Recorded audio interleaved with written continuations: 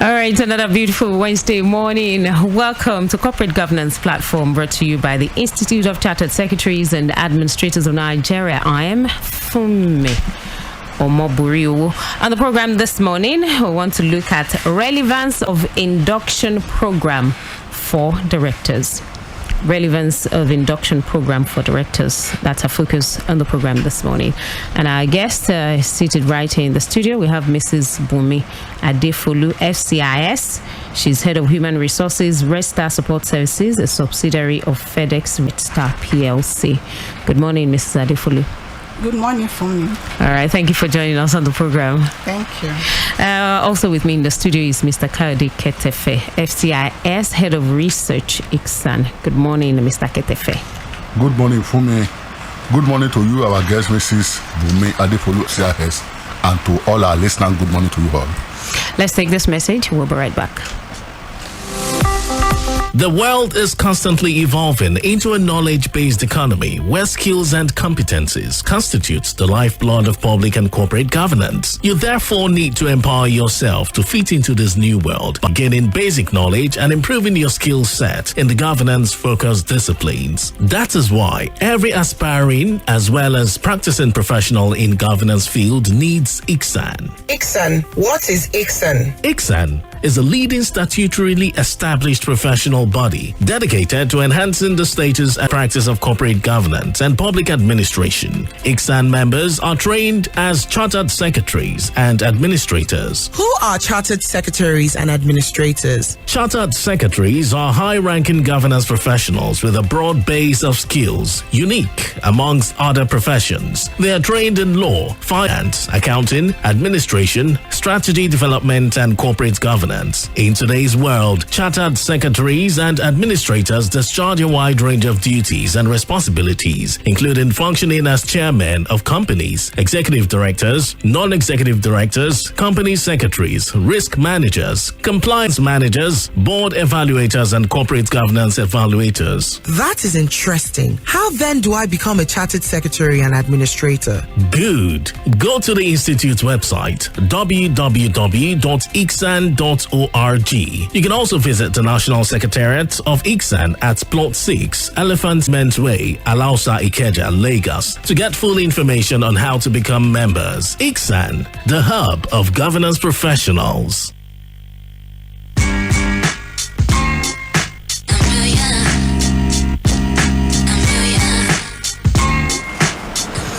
ICSAN, definitely the help governance professionals. As I said earlier, we're looking at relevance of induction program for directors. All right, Mr. ADEFOLU, induction of directors. What does this term connote?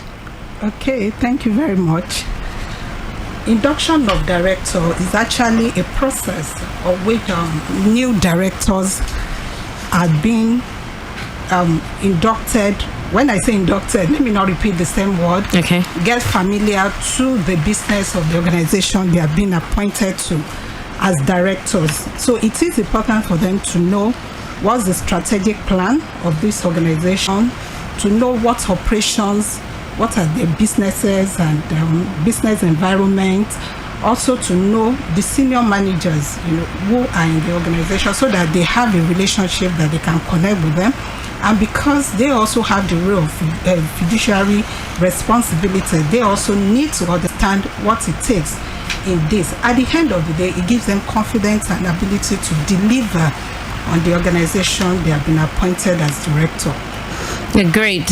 What does the Code on Corporate Governance recommend that induction of new directors should take place as soon as feasible after their appointment? Okay, this is quite important. The fact that the directors are appointed, the need for them to be inducted immediately, soon after the appointment, so that they quickly swift into action in terms of the work they need to do. So they must be inducted immediately when they get into the board, and so they are able to advise, and because they understand the business, they know what it takes, so they'll be able to deliver at that level. Let's try to look at induction of directors and continuous education of directors. I want you to explain this too. What's the difference, and are they similar in any way? Okay, yeah, there are difference between induction and continuous education. Induction is actually given to a newly appointed directors, and like I said earlier, to get themselves familiar to the business of this organization and be able to give them the ideas and decision to make decision on their behalf. However, having brought on board this new director, it is important to continuously train them. So there must be a periodic training for them so that it helps them to keep to the speed of what the organization is doing. It's also, the new environment of the organization, to get familiar with it and be able to also deliver, what the mandate they've given to them to do. So continuous training will help them to effectively discharge that duty that they've been given to do. Okay, great. Now let's look at the link. What's the link between board evaluation and development of the appropriate training for the board members? Okay, just like they've been appointed, we continue to train them. It is also necessary, for the board to be assessed on how they are doing their performance on the responsibility they have given to them. And so, with that in mind, they must also, be able to know what are the gaps they have in, because by the time you evaluate what they are doing, the work they are to achieve, then you are able to know what are the gaps of training that you need to give to them, because you have evaluated the process. So the board needs to bring an external person, external consultant who will be able to see what they've done in terms of, the committee that they have on the committee they have on the board. Were they able to deliver on the roles, on the activities that they are giving to? Even individual directors need to be seen that are they committed to the role that they are also to play. And so with that key performance indicator that they are be giving them in terms of this is what you have to perform on, you must evaluate and be sure that they are able to deliver it. For example, they must see what is the list of skills, what skills do they have, what competence do they have on board, and they must also be able to know, that they are relevant to be able to provide for them the decision that they will be making on behalf of the organization.